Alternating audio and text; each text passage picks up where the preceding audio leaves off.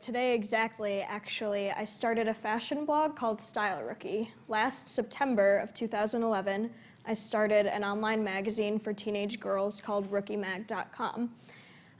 My name's Tavi Gevinson, and the title of my talk is Still Figuring It Out, and the MS Paint quality of my slides was a total creative decision in keeping with today's theme and has nothing to do with my inability to use PowerPoint.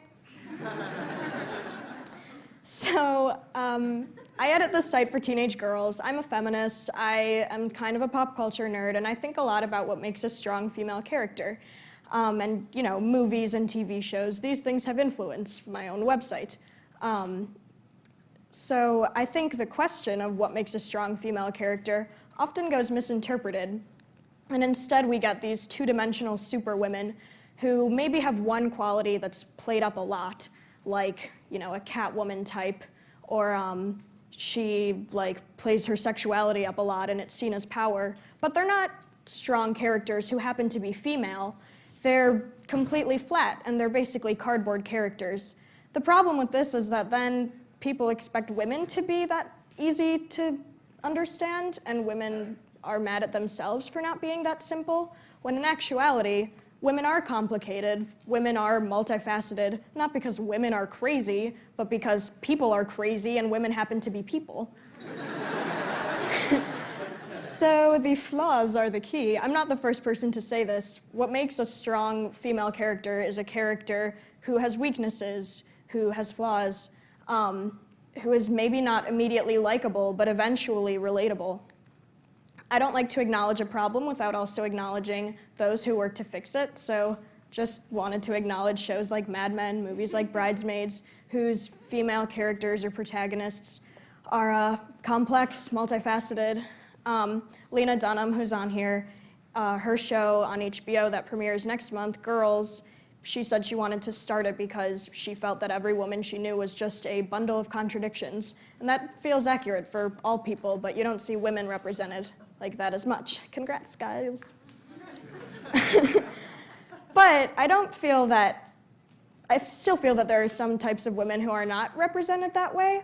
And one group that we'll focus on today are teens, because I think teenagers are especially contradictory and still figuring it out. And in the 90s, there was Freaks and Geeks and My So-Called Life, and their characters, Lindsay Weir and Angela Chase, I mean, the whole premise of the shows were just them trying to figure themselves out, basically. But those shows only lasted a season each, and I haven't really seen anything like that on TV since. So this is a scientific diagram of my brain. Around the time when I started watching those TV shows. I was like ending middle school, starting high school. I'm a sophomore now. And I was trying to reconcile all of these differences that you're told you can't be when you're growing up as a girl. You can't be smart and pretty. You can't be a feminist who's also interested in fashion. You can't care about clothes if it's not for the sake of what other people, usually men, will think of you.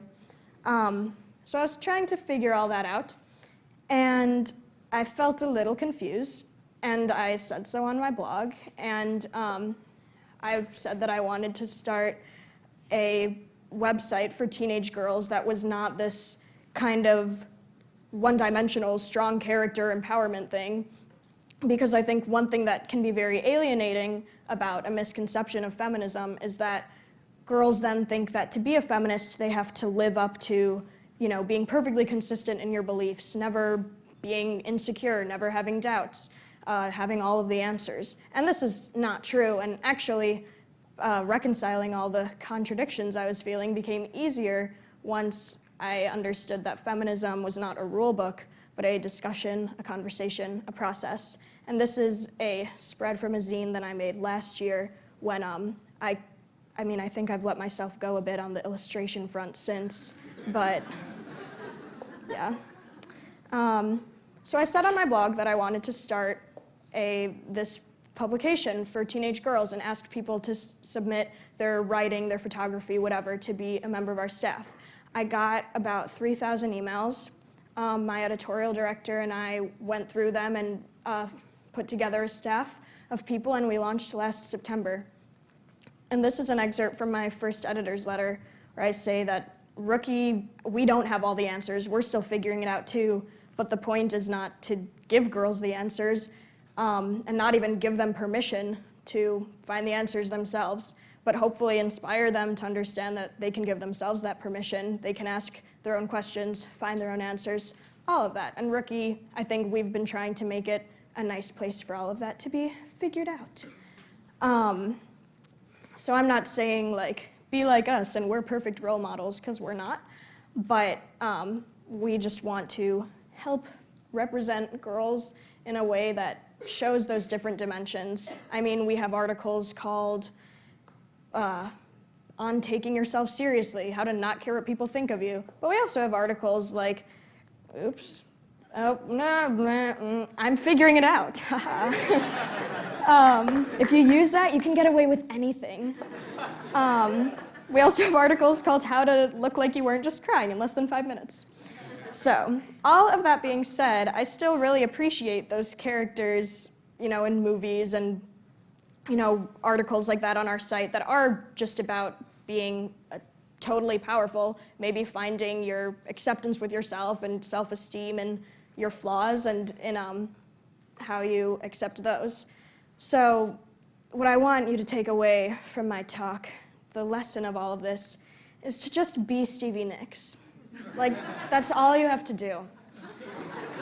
Because my favorite thing about her, other than like everything, is that she has always been unapologetically present on stage, and unapologetic about her flaws and about reconciling all of her contradictory feelings, and she makes you listen to them and think about them, and yeah, so please be Stevie Nicks. Thank you.